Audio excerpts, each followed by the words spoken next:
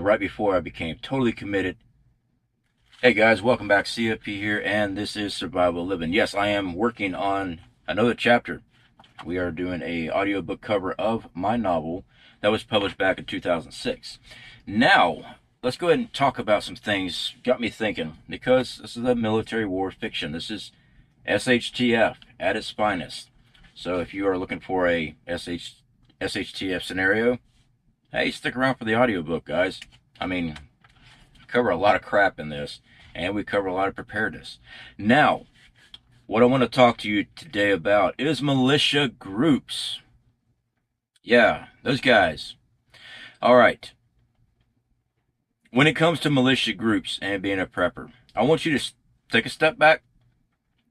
I want you to look at what's going on with the country right now.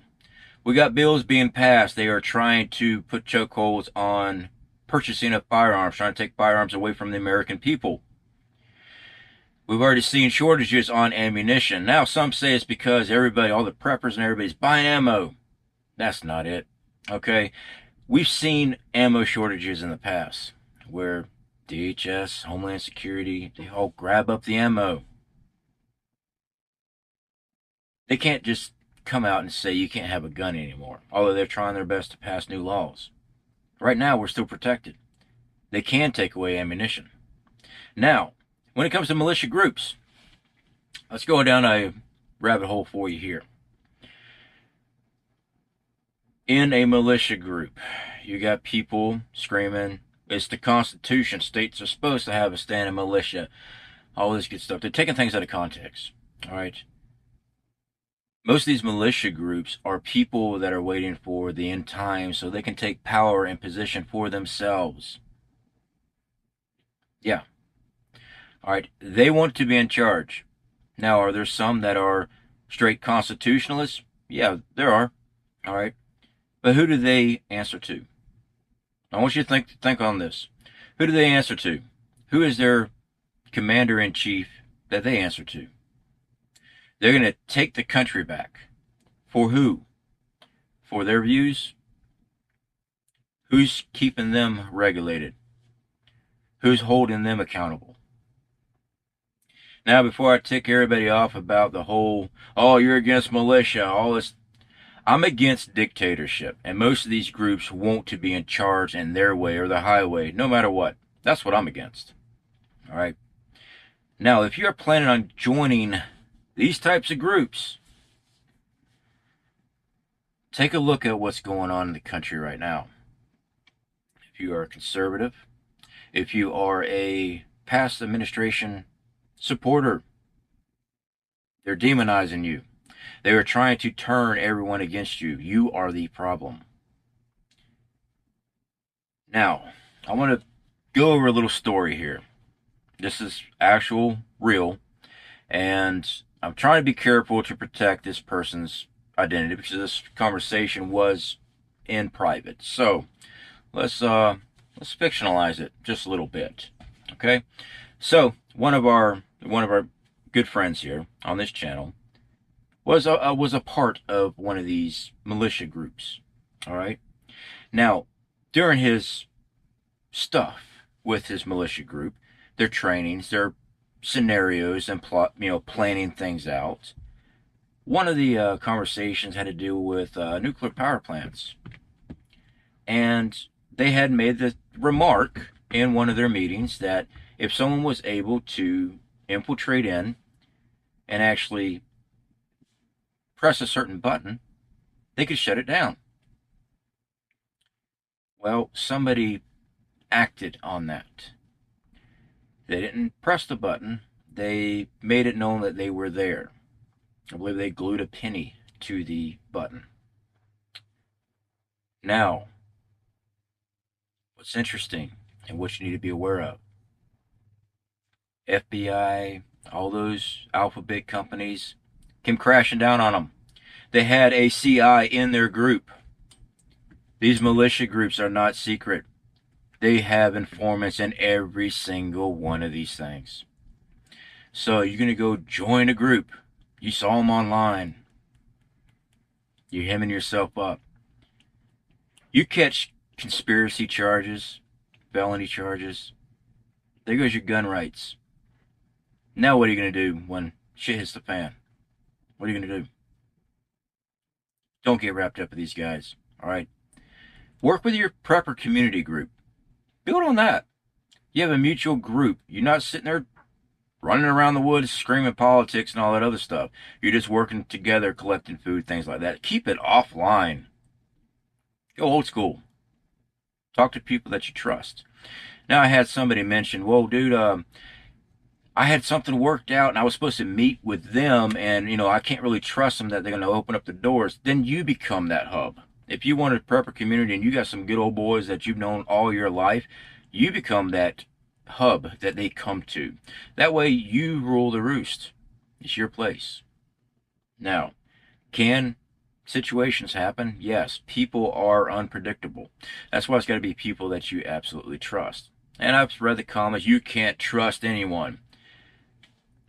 Technically, you can't. Really, if you really think of it. When it comes down to, here's a scenario. I'm not a prepper, and my kids are starving. Although we've talked, and I know that you're a prepper, and you know me because I go to work with you. My kids are starving. I know you got food. I'm going to do everything I can to get food for my kids. If that means that you are in my way, I'm going to get that food. That's the scenario. And the fact is, I believe every parent would try to. Well, any parent that cares about their family. So with militia groups, guys, don't get wrapped up in them. You're going to get hemmed up. You'll lose your firearm rights. You'll lose the ability to protect your family when time comes. All right. Now, I push for community prepper groups. The reason why, strength in numbers. Strength in numbers and the able bodies to help work and secure an area. But again, it's got to be selective. You've got to vet people. You can't just let anybody in. All right. I've had people contact me here on YouTube. Hey, man, I would really love to be in your group. I don't know you. I don't. Nothing against anybody here. I don't know you from the internet to say, yeah, man, here's our location. This is what we have. This is how many people we got. No. No. You need to work with people you know for a community. All right. And I don't mean join those militia groups, guys. Don't do that. You're going to hem yourself up bad. All right. Don't do it. Now, I was recently contacted by one of our subscribers. They've been going to checking out this new channel that's been, well, I guess causing little waves. Everyone's entitled to their own opinion, but the video, I went and watched it today. They were talking about, this individual was talking about preppers dying during SHTF because, well, especially YouTube preppers, because we've shown everybody our stuff. But yeah, I see validity in his concerns. Now, do I show y'all stuff on YouTube? Yeah, I'm trying to teach people how to prepare. In other words, I have to show you grocery buys, our weekly prep buys. I have to show you ideas and stuff because I get emails all the time. What should I prep? What should I prep? Prep what you normally eat. But I just show you it's an extra push for people. I don't show people where I keep my stuff. I actually had someone ask me, yeah, that sounds like a really great buy in your storage facility, and that is climate control. Exactly which one is that? I'm not going to tell you. Why would I tell you where my extra supplies are at? Now, is it all in a storage facility? You just never know. It's an idea for somebody to do that. I'm not going to sit there and release that type of information. When I show how we bury things in the ground, we did an example. That stuff wasn't staying there. That's just to show you. I'm not going to show you where I actually bury things. That's stupid. That is not OPSEC at all. But do I try to teach people by demonstration? Absolutely. You have to be able to see. Now, I have seen other YouTubers, well, yeah, the reason I don't show stuff like that is because no prepper is supposed to do that. Yeah, I guess so. Yeah, but you can take the exact same examples like I do and do the project but don't show the location and actually don't have anything buried there to show that you are a legitimate prepper. Right? Show people that you actually know what you're talking about, to show people that you can show this does work and it's not just philosophy. All right, it's not something that you read out of a prepping book. Now, I'm not angry at the person that did that video. The person, I think, is a guy. He's got his voice altered. The person that's doing, he's basically hid his whole identity. The person that did it, though, had some very good, valid points. He wasn't directing anything directly at me. I mean, he was just saying in the genre of prepping. And I agree with him on that. I do. But I feel like he's more of a shoot first, ask questions later type of person. And in SHTF, yeah, you might need to adapt that mentality, to be honest. You know, I want to leave y'all with a thought. What are you willing to do to protect your family in SHTF? I'm talking about a full-blown SHTF. I'm not talking about just a pandemic lockdown. I'm talking about no rule of law anymore. Let's say you're at your home, you have your preps, you have your family, you got your wife or your husband, your kids, all in the house. You start noticing people starting to snoop around your yard late at night. If you've been watching this channel, we talk about motion sensors, we talked about trail cams, night vision, IR cameras. So you're starting to see that. What are you going to do? Some say, I'm going to dust them, swack them. Personally, I think that's a very good philosophy in that type of situation. But then I hear, I would, it's not my place, that's murder. God says, when you have a threat upon you, what are you going to do? You're a prepper. You got all this stuff. Someone knows that you got this stuff. They're coming. What are you going to do? All right?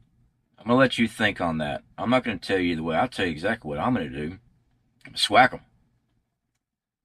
I care about my family. I worked too hard to provide and took so many sacrifices to prepare. We just did a video on trying to show everyone how you can take $5 a week and buy food. I've heard people, I get it all the time, well, you don't understand. I don't have that. Unless you are disabled, seriously disabled, that you cannot work, I mean, really, you cannot work, then I understand. You know, collect cans or something. I don't know. I don't care. Find some way to start preparing food. I am disabled. I have messed up disc in my back. I have a botched job, shoulder surgery, and knee surgery. I actually have a disability percentage in that. I also have a disability percentage of my back and hearing from the U.S. military. I could sit back and draw a small check. But I know I am physically able to do stuff. Now, can I still hang still? No, I done tried that before I joined that amusement park. It hurt me. It was just killing me. So I changed my jobs. I work part-time. I still make more than I would just sitting around going, I can't do that, I'm disabled. Now, if you are physically disabled, as in you can't do anything, if you do this, beep, check out, and you're going, oh God, I'm hurting so bad, then yeah, by all means, stay home. You know, there's a YouTube channel, Disabled and Prepping. I see him constantly doing prep videos. Goes to the store, buys supplies. This man's disabled, and he's still prepping. There are costs that can be cut. I like to smoke. This is 305. I like Marlboro's the best. I can't afford Marlboro's the best because I like to take some of my money for those cigarettes and put towards preps. Now, do I smoke all the time? No, I've actually cut back quite a bit. I mean, a lot. I started making cuts, making adjustments. I mean, we could go right now and go rent a place to live. We got a 6x12 trailer that we converted into a living camper.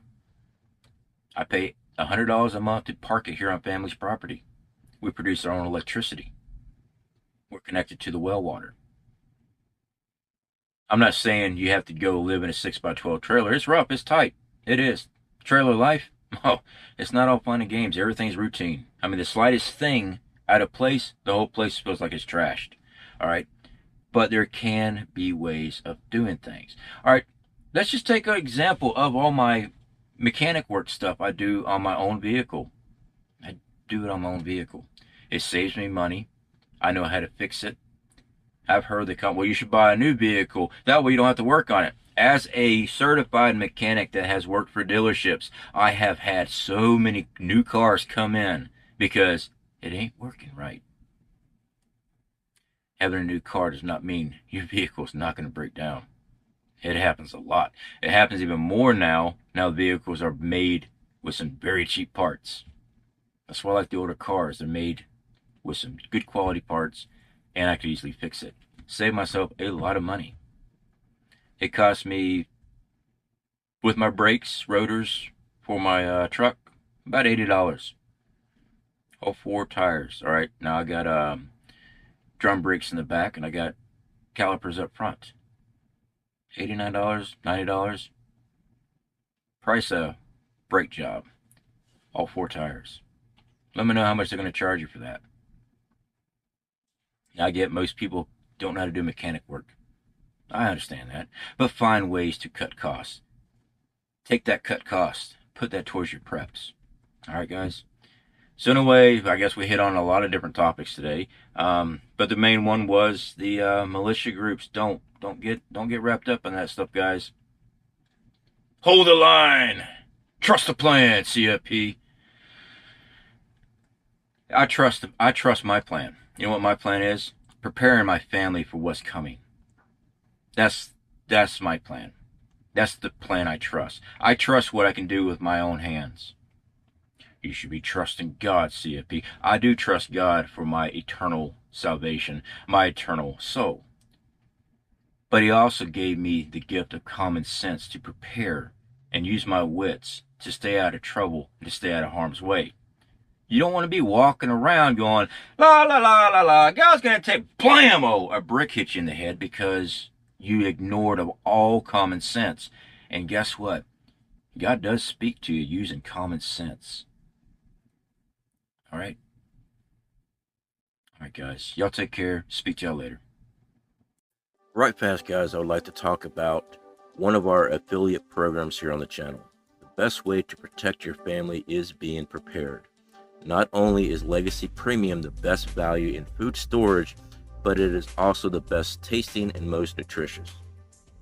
Up to a 25-year shelf life and free shipping on all orders, Legacy Food is a go-to for long-term emergency foods. Not only are we affiliated with Legacy Food Storage, we actually use them for our emergency long-term food preps. Legacy Food has the lowest cost per pound, voted the best tasting, a 25-year shelf life, non-GMO, gluten-free options, and yes, it's made here in the USA. So guys, if you want to help support the channel and support yourself with long-term food storage, check out our affiliate links in the description.